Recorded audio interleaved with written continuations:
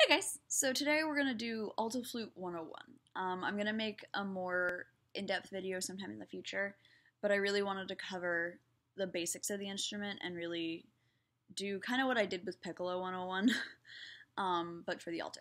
It seemed like something that you guys really wanted to know, and I was seeing a lot of questions about the instrument when I was doing a lot more alto in the 365. So yeah.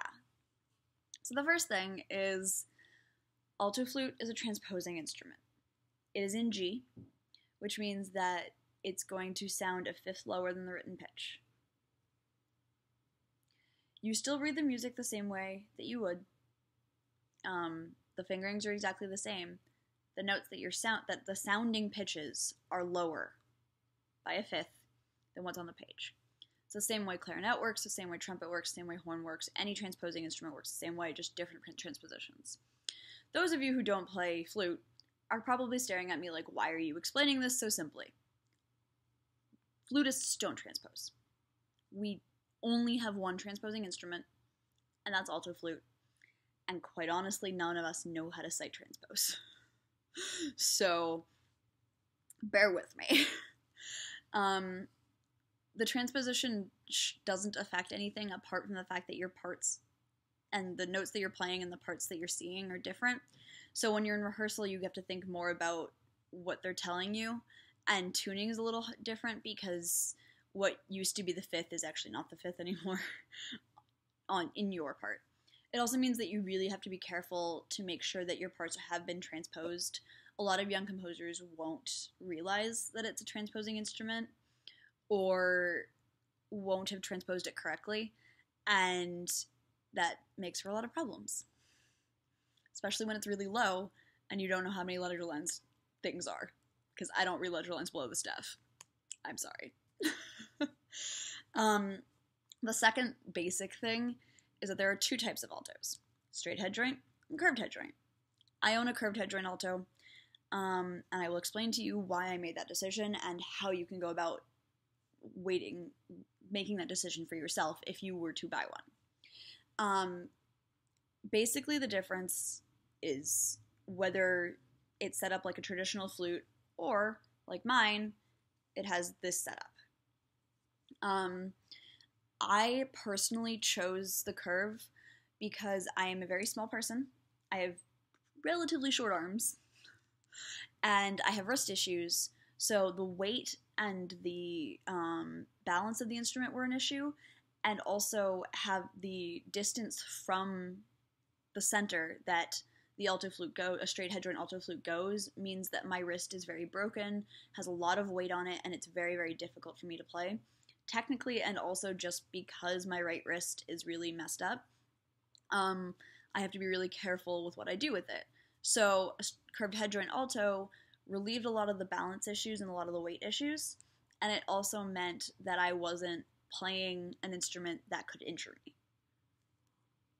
That being said, the drawback of a curved head joint is that it has more tuning issues, which we'll go into in a second.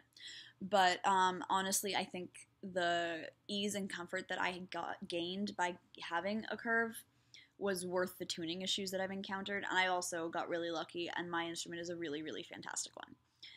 Anyway, advantages for a straight head joint is that it's a little less awkward if you can balance it properly, or you do have the wrist strength to be able to do it, and you have fewer tuning issues. It's also cheap. Some makers will make instruments that allow you to use both. Obviously, it's a more expensive thing, but that's something that you can think about if you so wish. Most people just pick one. But the other thing that I noticed people asking me about is the setup. With a straight head joint, it's easy. You just set it up the same way you would your flute, and usually that works. You might have to adjust exactly how it's lined up, but that's really the only issue.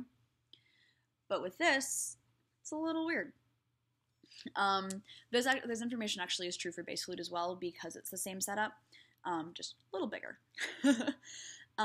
So this is actually in two pieces. I'm not going to take it apart because mine's a little missized and it's hard to take this all the way out. but it moves, clearly. And then you also have this tenon, which attaches into the body of the flute, which means that you have 2 angles you can adjust. I know a lot of people who really like the head joint to be parallel to the body, so it ends up you're playing like this. Personally, I don't like that. I like it more at a 45-degree angle, and then you angle the head joint so that it lines up properly, but basically the head joint is closer to you than the body of the flute, but it's not directly over the body of the flute. And then a lot of people will play directly over the body of the flute. I think that's the least advantageous setup because of the awkwardness of it, but really it's up to you. You really should experiment with the angles that you're using and figure out what works for you. And that's the great thing about the curve, is that it's really a personal thing and you have a lot of opportunities to adjust. Those opportunities to adjust also lean into the tuning, because instead of having just one place you can adjust, you have this tenon and this tenon. And that's kind of, it makes it harder. Also, the curve changes the way your air interacts with the flute, and so the tuning scale is a little different.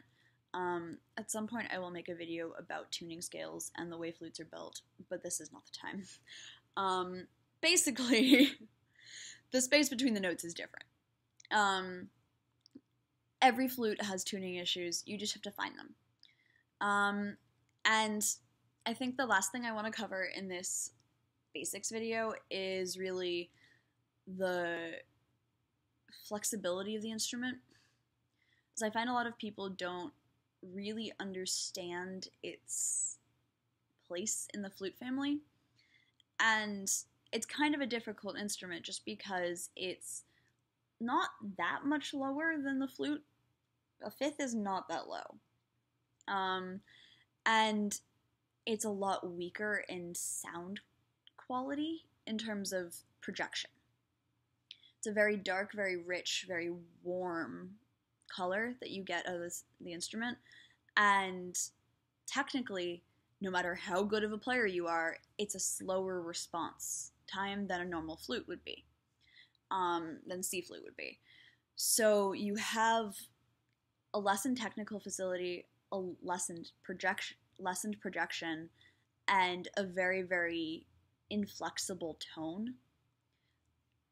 That's not to say that you don't have different colors, but there's a lot fewer colors on an alto flute than there are on C flute or piccolo.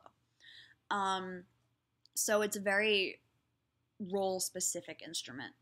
It tends to be a character that is used inserted into pieces.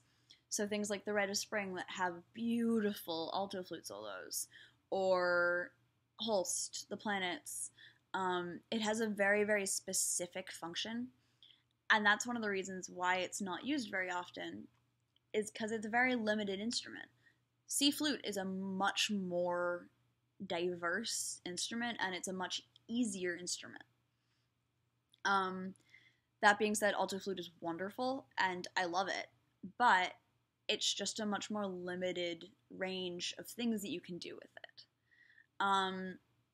So yeah, I think I definitely want to talk more about the functional ideas behind playing alto flute and some of the things that I really worked on to get the alto flute technical skill that I have.